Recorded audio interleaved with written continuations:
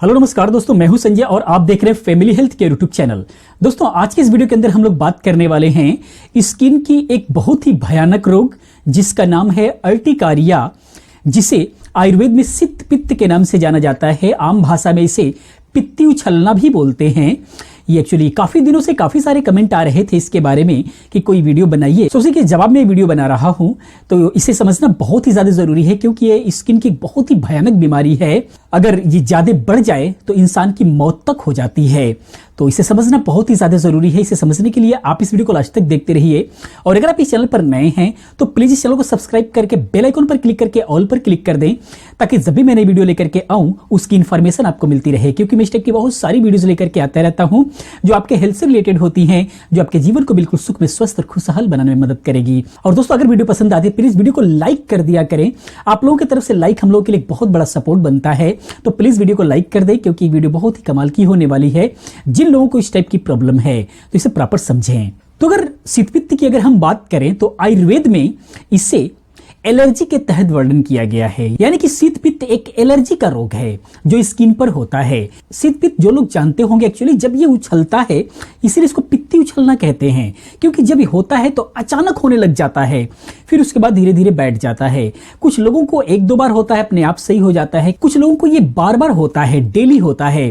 तो जिनको बार बार होता है अगर समय से वो इलाज नहीं कराते हैं तो ये प्रॉब्लम बहुत ज्यादा बढ़ जाती है।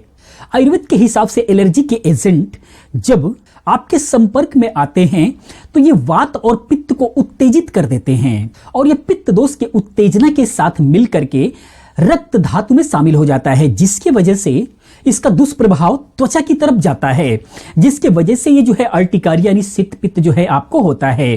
तो इस तरीके से जो है ये शीत पित्त होता है। अगर हम इसके इलाज के बारे में बात करें कि आयुर्वेद इसका इलाज करता कैसे है, तो एक्चुअली आयुर्वेद के हिसाब से आयुर्वेद के औषधियों के माध्यम से जो शरीर में विष है किसी भी प्रकार का और एलर्जी के जो कारण होते हैं उनको खत्म करने का काम किया जाता है।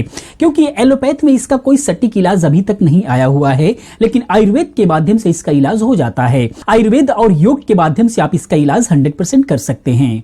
और आयुर्वेद के हिसाब से अगर हम इसका सटीक इलाज की बात करें तो सटीक इलाज में जो पंचकर्म होता है, पंचकर्म इसका बहुत ही प्रभावी प्रक्रिया मानी जाती है। इसके लिए शीत पित्त के लिए पंचकर्म बहुत अच्छा असर करता है। उसके बाद अगर हम इसके लक्षण की बात करें कि कैसे हम पहचानें कि ये शीत पित्त ही है, तो यह स्किन पर लाल रंग का या फिर चमड़ी के रंग का स्पष्ट किनारे वाले चकत्तों के रूप में ये उभरता है और बहुत ही ज्यादा खुजली करने लग जाता है और उसके अलावा आंखों में सूजन तक भी हो जाते हैं। तो ये सारे लक्षण इसके देखे जाते हैं। अगर संकेत की बात करें कि 100% कंफर्म होना चाहते हैं तो जो भी चकत्ता पड़ा हुआ है आप उसके सेंटर में अगर आप दबाएंगे तो चकत्ते सफेद होने लग जाएंगे। ये इसका पहचान होता है, ये इसका संकेत होता है, ये क्लियर करता है कि ये जो प्रॉब्लम है ये शीत पित्त है। कारण की अगर हम बात करें तो पेट से रिलेटेड प्रॉब्लम जैसे कब्ज बने रहना, पाचन प्रक्रिया सही से काम नहीं करना, आपका डाइजेशन सिस्टम खराब रहना, या फिर आंतों में कीड़ों का होना, गलत खान पान या फिर गलत जीवन शैली, ये सारे इसके कारण बनते हैं। इसके अलावा एलर्जी के एजेंट जैसे धूल, धुआं, फूल, पराग या फिर मूंगफली वगैरह से एलर्जी होना, काजू बादाम वगैरह से किसी भी चीज से एलर्जी होना, कोई भी अनाज या पुंकेसर, इस टाइप के हजारों ऐसे एलर्जी से एजेंट हैं जो अलग अलग व्यक्तियों में अलग अलग प्रभाव दिखाते हैं। यानी कि हर व्यक्ति में अलग अलग किसी न किसी चीज से एलर्जी हो सकती है। ये आपको पकड़ना होगा कि एक्चुअली आपको किस चीज से एलर्जी है। जिस भी चीज से एलर्जी है तो पहला इसका उपाय यही है कि आप उस चीज से आप दूरी बना लें तो आपके लिए बेहतर होगा। उसके अलावा व्यायाम या फिर कोई भी मेहनत का काम करने के बाद, यानी जब आपका शरीर गर्म हो उसी वक्त अगर आप ठंडे पानी से स्नान करते हैं बिल्कुल गर्म शरीर में, तो ये सबसे बड़ा कारण माना गया है आयुर्वेद में शीत पित्त होने का। उसके अलावा अगर उल्टी की इच्छा हो रही है तो उल्टी को दबाते हैं, अगर आप उल्टी नहीं करते हैं तो ये एलर्जी होने के चांसेस ज्यादा बनते हैं, क्योंकि पित्त को निकलना ज्यादा जरूरी है। अगर पित्त बढ़ेगा तो आपको उल्टी जैसा सेंसेशन होगा, तो आप कोशिश करें कि उल्टी कर लिया करें। उसके बाद किसी जहरीले कीट पतंगों का काटना, यह भी एक कारण बनता है। काफी लोगों में ऐसा देखा गया है। या फिर अत्यधिक पेन किलर वगैरह खाना, एलोपैथ अगर पेन किलर बहुत ज्यादा खाते हैं तो भी ये कारण देखे जाते हैं। उसके अलावा एंटीबैक्टीरियल औषधियां अगर एलोपैथ में चलाते हैं तो भी ये काफी लोगों के अंदर देखा गया है। तो इस टाइप के कारणों से अगर आप बचते हैं, क्योंकि किसी भी रोग से ज्यादा जरूरी होता है उसके कारण को समझना, क्योंकि जब आप कारण को समझ लेंगे तो आपके सामने उसका सोल्यूशन नजर आएगा। इसीलिए ज्यादा जरूरी है कि आप कारणों को समझ करके सबसे पहले अपने जीवन से उन कारणों को खत्म करें। तो ये तो सारे रहे कारण। अब हम अगर बात करें सही जीवन शैली की कि आपको क्या खाना चाहिए, क्या नहीं खाना चाहिए, क्या करना चाहिए, क्या नहीं करना चाहिए, तो उसके लिए सभी प्रकार के दूध से जो बनी मिठाइयां हैं वो आपको नहीं खाना चाहिए।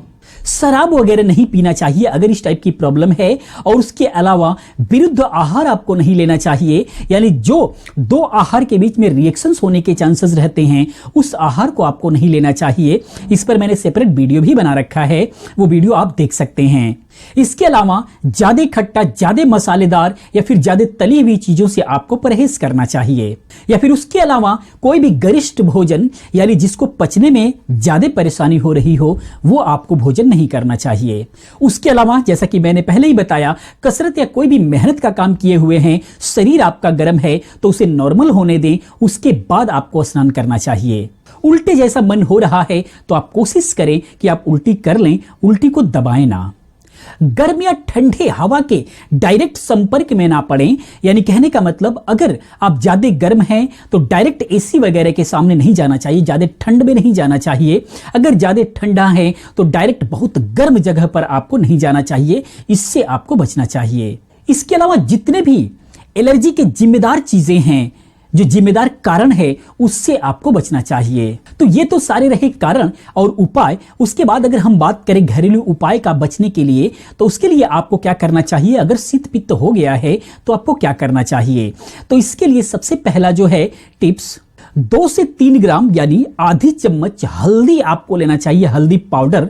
और उसके अंदर 1 से 2 काली मिर्च को कूट करके आप 1 गिलास पानी में जो है उसको मिक्स करके या फिर 1 गिलास दूध में मिक्स करके आपको जो है पीना चाहिए। अगर शीत पित्त हो गया है तो आपको तुरंत राहत मिलेगा। और शाम सुबह इसको लगातार कर देते हैं तो काफी लोगों में इसी से जो है जड़ से खत्म होता हुआ देखा गया है। उसके अलावा तुरंत रिलीफ के लिए, मान लीजिए पित्ती उछल गई है, आपको ज्यादा जलन खुजली वगैरह हो रही है, तुरंत रिलीफ के लिए आप नारियल के तेल के अंदर कपूर, अगर देसी कपूर मिल जाए तो और बेहतर है, आप नारियल का तेल और कपूर को आपस में मिक्स करके पेस्ट जैसा बना करके और पूरे शरीर में आपको लगा लेना चाहिए। आपको तुरंत राहत मिलेगा, तुरंत जलन खत्म होगी। उसके अलावा जो है 4 से 5 काली मिर्च लें, 4 से 5 चम्मच देसी घी, गाय का घी होना चाहिए। उसके बाद 4 से 5 चम्मच आप गुड़ लें। इन सबको मिक्स करके, अगर पित्ती उछल चुकी है, आप बिल्कुल परेशान हैं, तो तुरंत जो है आप इसको खा सकते हैं। तुरंत का तुरंत आपको राहत मिलेगा, बिल्कुल तुरंत का तुरंत राहत मिलते हुए देखा गया है। ये बहुत ही अच्छा काम करता है और कुछ दिनों तक अगर सुबह शाम इसको लगातार आप कर लेते हैं तो ये बिल्कुल शीत पित्त की प्रॉब्लम जड़ से खत्म हो जाती है। उसके बाद जिनको क्रोनिकल प्रॉब्लम है, ज्यादा प्रॉब्लम है, वो औषधियां भी ले सकते हैं। ज्यादा पुराना है तो औषधियां भी ले सकते हैं। आयुर्वेद की औषधियों में बहुत ही मानी जानी औषधि इसके लिए है, जिसका नाम है शीत पित्त भंजन रस। यह आप लेकर के आ सकते हैं, बैद्यनाथ वगैरह कंपनियां बनाती हैं, जिसको लेकर के आप आ सकते हैं। इसके इंग्रेडिएंट्स की अगर हम बात करें तो इसके अंदर जो है पारद, गंधक, कशिश भस्म और ताम्र भस्म जैसे चीजों को मिलाकर के बनाया जाता है। और इसको जो है आप शीत पित्त में और एलर्जीज रोगों में आप इसको यूज कर सकते हैं। 1 से 2 ग्राम जो है सुबह शाम आप गुड़ के साथ इसको ले सकते हैं, बहुत ही अच्छा काम करता है। उसके अलावा जिनको बहुत ज्यादा प्रॉब्लम है तो इसके साथ में जो है आप यानी कि शीत पित्त भंजन रस और हरिद्रा खंड, ये दोनों ही औषधि को लेकर के आए और दोनों को मिक्स करके रख लें। और दोनों को मिक्स किया हुआ 1 से 2 ग्राम जो है आप इसको गुड़ के साथ या फिर पानी के साथ ले सकते हैं सुबह शाम। इसको अगर आप लगातार करते हैं तो शीत पित्त की प्रॉब्लम बिल्कुल जड़ से खत्म हो जाती है, दोबारा आपको नहीं होता। उसके अलावा जो ये नहीं करना चाहते हैं तो अगर आप नॉर्मल सी अगर आप टैबलेट खाना चाहते हैं तो गिलोय घनबट्टी, नीम घनबट्टी और कायाकल्पवटी, ये एक एक टैबलेट तीनों का सुबह शाम, सुबह खाली पेट और शाम को जो है खाने से 1 घंटा पहले अगर आप ये टैबलेट लेते हैं, कुछ दिनों तक 3 से 4 महीने तक अगर आप ले लेते हैं, तो स्किन से रिलेटेड जितनी सारी एलर्जीज होती हैं वो बिल्कुल भी खत्म हो जाती हैं। शीत पित्त हमेशा के लिए खत्म हो जाएगा। तो ये सारी औषधियां हैं। इसके अलावा आपको व्यायाम प्राणायाम करना बहुत ही ज्यादा जरूरी है। काफी लोगों में ऐसा देखा गया है कि सिर्फ व्यायाम प्राणायाम से ही ये बिल्कुल भी ठीक हो गया है।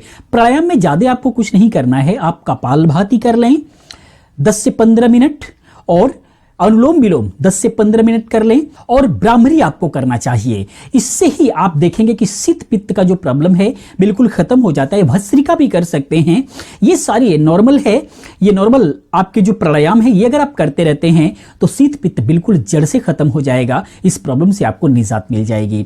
दोस्तों मैं उम्मीद करता हूं कि ये वीडियो आप लोगों के समझ में आया होगा, आपके सवालों का जवाब मिल गया होगा। दोस्तों अगर वीडियो पसंद आई तो प्लीज वीडियो को लाइक कर दें और अगर आप इस चैनल पर नए हैं तो प्लीज चैनल को सब्सक्राइब कर दें। मिलते हैं नेक्स्ट किसी और अच्छी जानकारी के साथ में। तब तक बने रहिए चैनल के साथ। स्वस्थ रहिए, मस्त रहिए, खुशहाल रहिए और दवाओं से मुक्त होने के लिए इस चैनल के साथ बने रहिए। तब तक के लिए धन्यवाद। आपका दिन शुभ हो।